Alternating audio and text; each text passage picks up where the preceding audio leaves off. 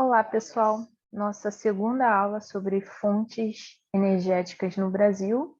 Nossa última aula antes da prova, né? Que já é semana que vem. Então, vamos lá, tá? Bom, já falamos de petróleo, né? Que é um dos mais importantes. O mais importante é a hidrelétrica, né? Que é a nossa principal fonte energética, considerando que somos um território com muitos planaltos, né? E planalto, plano alto, favorece aí a queda d'água, isso foi mencionado. O petróleo, eu mencionei também, onde ele costuma ser encontrado, né? Uma grande parte no mar, e aí tem a Bacia de Campos, tem a Bacia de Santos. Então, vamos dar continuidade, tá? Falando agora sobre o gás natural. Gente, nós não temos tanta reserva de gás natural quanto dos outros que eu mencionei, então a gente importa metade do que consome, tá? E lembra que eu falei de meios de transporte, um deles era gasoduto? Bom, aquele é utilizado. Metade aí desse gás natural, ele vem lá da Bolívia, né, por meio de um gasoduto, tá bom? É um gás que ele precisa ser importado de fora, já que a gente não tem tanta produtividade dele aí. E ele vem para os estados do Sul e do Sudeste, né, que são grandes consumidores de energia, tá bom? É, ele também é interessante conforme ele é utilizado para nós, cidadãos, né, nos automóveis, considerando aí o GNV, por exemplo, tá? Só que é um custo maior, né, para você implementar, para instalar, então tem esse ponto negativo aí. Enquanto uma alternativa da gasolina, ele, por outro lado, se torna um pouco mais custoso em função da instalação e da distribuição, né, que também não é tão ampla assim nos demais veículos que são utilizados nas cidades. Gente, o álcool, lembra do programa que eu mencionei, o Proálcool? Então, ele vem muito com essa pegada, porque, antes de mais nada, o álcool provém da cana-de-açúcar, tá? Então, você considera que ele é um biocombustível, ele é uma fonte renovável, costuma ser limpa, né? Muito, muito mais que o próprio petróleo.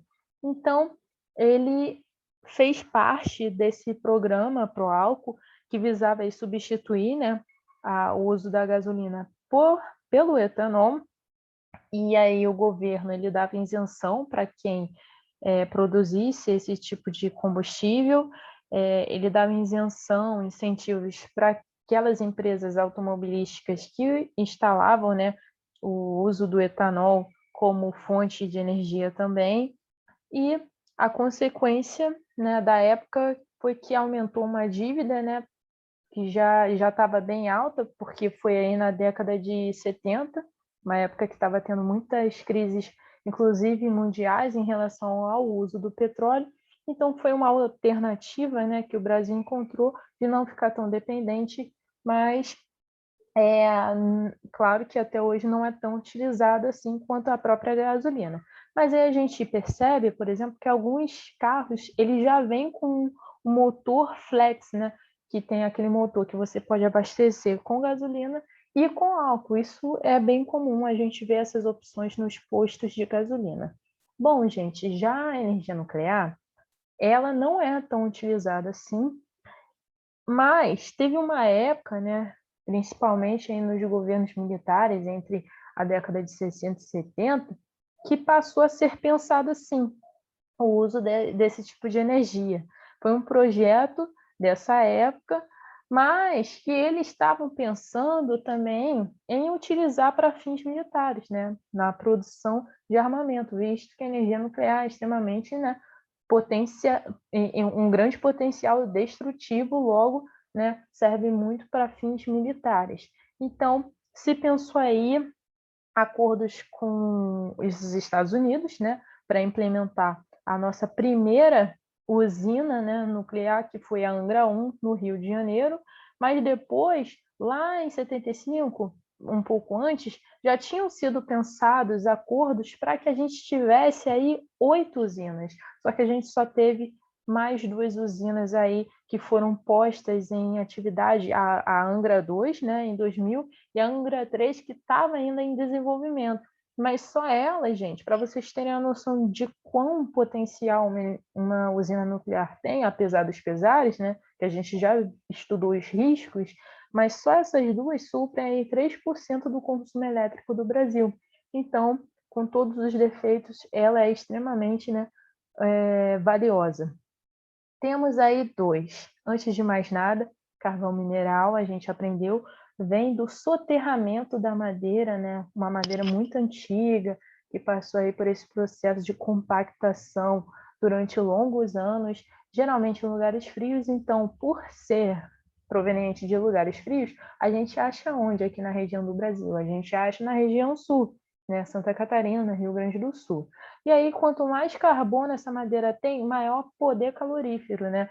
Então, ela tem aí sim uma diferenciação, e a gente encontra essa diferenciação mais benéfica mais em Rio Grande do Sul e, em segundo lugar, Santa Catarina, tá? De todo o Brasil. Mas não é o suficiente e por isso a gente importa 50% do que consome.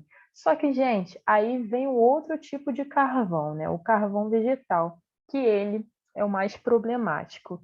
Mas ele é a solução de muitas famílias que não têm eletricidade.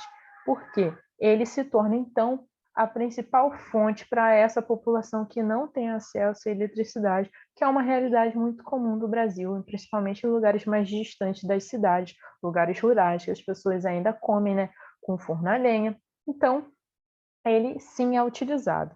Só que tem um problema. O cerrado ele é um bioma, né? Você encontra riquezas naturais, você encontra madeira, só que é um bioma extremamente ameaçado de extinção porque ele está sendo devastado. Infelizmente, esse carvão vegetal, né, que vem da lenha, ele 70% vem do cerrado, ou seja, só 30% é de cultivo. Então, ele meio que entra aí em formas até ilegais, né, de ser obtido, principalmente se for considerar a forma com que ele é extraído, porque ele costuma ser extraído de mão de obra infantil, que é extremamente errado, e também trabalho escravo, né? Aquelas pessoas que às vezes nem ganham para estarem ali, porque foi lubrigiada, tirada de um lugar muito distante para ser alocada em fazendas bem distantes de qualquer acesso à comunicação. Então, as pessoas acabam ficando refém, né, desses grandes produtores. Bom, acabamos o assunto aí do terceiro bimestre. Espero que vocês tenham entendido e se preparem para a prova, que já é semana que vem, tá? Bons estudos, grande abraço.